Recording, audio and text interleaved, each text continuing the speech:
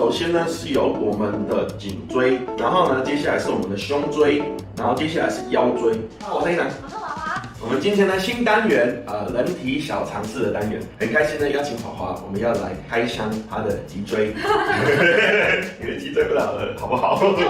来就来个对。那它其实叫做脊柱，那也称脊椎，那是脊椎动物呢位于后侧的一个中轴的骨骼。好，那我们要来开箱的这个我们的脊椎呢，我们先来看一下华华的脊椎，它是分为哪些区块呢？它有5个区块所组成的，那一直到我们的腰部。对，没错。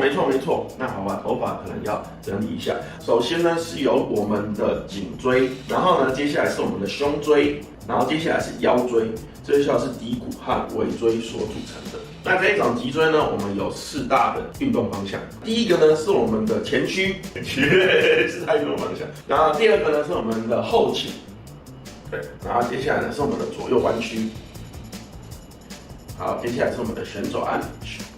对，大家可以看一下华华的脊椎其实非常的漂亮哦。我们的颈椎呢到我们的下面，它是非常呈一直线的。像我本身的脊椎就非常的侧弯。那脊椎呢，它其实有凸起物，那我们用皮下呢，我们就可以去摸得到了。那成年人的脊椎呢是呈现双 S 型，那它的功能非常的强大，为人的行走提供强大的支撑，且具有弹性。来，华华我们可以原地走，让大家看一下脊椎的对，具有弹性。没错。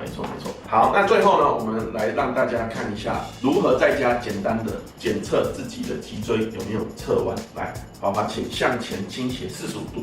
好，那2个肩膀呢，如果有一高一低或者很明显的隆起的话呢，就是有明显的脊椎侧弯。但是呢，你如果身体不舒服啊，或者你这样测了你觉得高低差异的话，要赶快去请教医生，好不好？好，来，华华，请把衣服穿上。对，谢谢华华的脊椎。那当然了，我们的脊椎啊，在活动上面呢，它有角度上的区分。像我们的颈椎，我们的颈椎呢，其实是活动力最大的，对，它可以转很大的方向，没错。那我们的胸椎超大的，那我们的胸椎呢，它因为有肋骨的连接，所以它的转的角度是最小的。我们可以证明，胸椎呢转动的角度，如果你的腰不动的话，你的上半身其实转动